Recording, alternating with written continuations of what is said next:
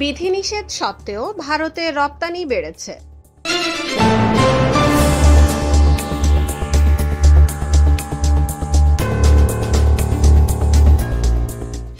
শুভ সকাল দর্শক, আমাদের সংবাদ পর্বে আপনাদের স্বাগতম।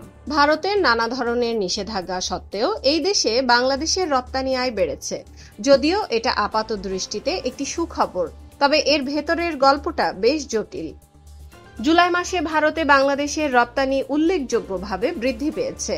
জাতীয় রাজস্ব বোর্ড এনবিআর এর তথ্য অনুযায়ী আমরা এই বছরের জুলাই মাসে ভারতে 149.4 মিলিয়ন ডলারের পণ্য রপ্তানি করেছি, যা গত বছরের এই সময়ের তুলনায় 4% বেশি। তবে যদি আমরা বিস্তারিত দেখি তাহলে চিত্রটা পাল্টে যায়। কিছু খাত দারুণভাবে এগিয়ে গেলেও অন্য কিছু খাত বেশ হিমশিম খাচ্ছে।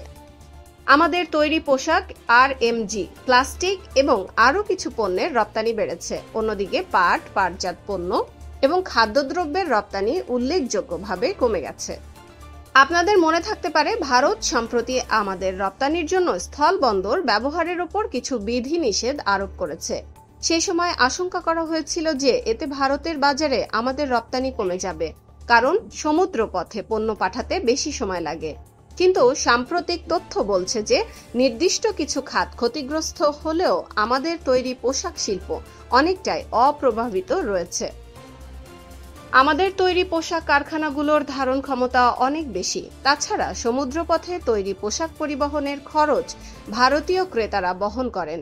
এই কারণে স্থল বন্দরের বিধিনিষেধগুলো তৈরি পোশাক রপ্তানিকে তেমন প্রভাবিত করবে না। ভারত আমাদের জন্য একটি গুরুত্বপূর্ণ বাজার।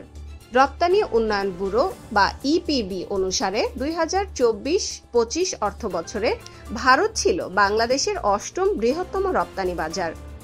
এই অর্থ বছরে আমরা ভারতে 1.76 বিলিয়ন ডলারের পণ্য রপ্তানি করেছি, যা আগের বছরের তুলনায় 12.43% বেশি। ভারতের সঙ্গে আমাদের মোট রপ্তানি আয়ের প্রায় 3.65% আসে।